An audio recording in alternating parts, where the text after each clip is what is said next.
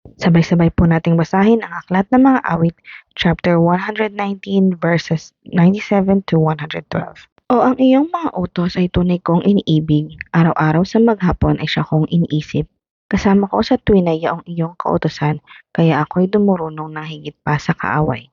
Sa lahat kong mga guro ang unawa ko ay higit, pagkat ang aral mo't turo ang laman ng aking isip.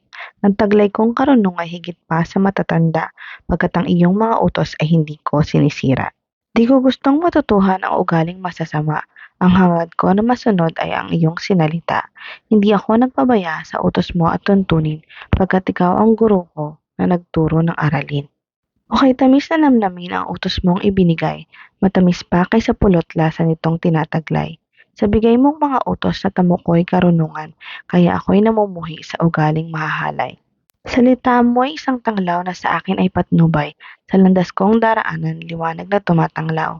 Taimtim ang pangako kong ang utos mo ay sundin, tutupdin ko ang tuntuning iniaral mo sa akin. Labis-labis o Yahweh ang hirap kong tinataglay, sang-ayon sa pangako mo pasiglahin nyaring buhay. Ang handog kong pasalamat Yahweh sana ay tanggapin, yaong mga tuntunin mo ay ituro mo sa akin. Ako'y lagi nakahandang magbuwis ng aking buhay, pagkat di ko malilimot yaong iyong kautusan. Sa akin ay mayroong handang patibong ang masasama, ngunit ang iyong kautusan ay hindi ko sinisira. Ang bigay mong mga utos ang pamanang walang hanggan, sa puso ko'y palagi nang ang dulot ay kagalakan. Napasya ko sa sarili, sundin ko ang kautusan, susundin ko ang utos mo habang ako'y nabubuhay.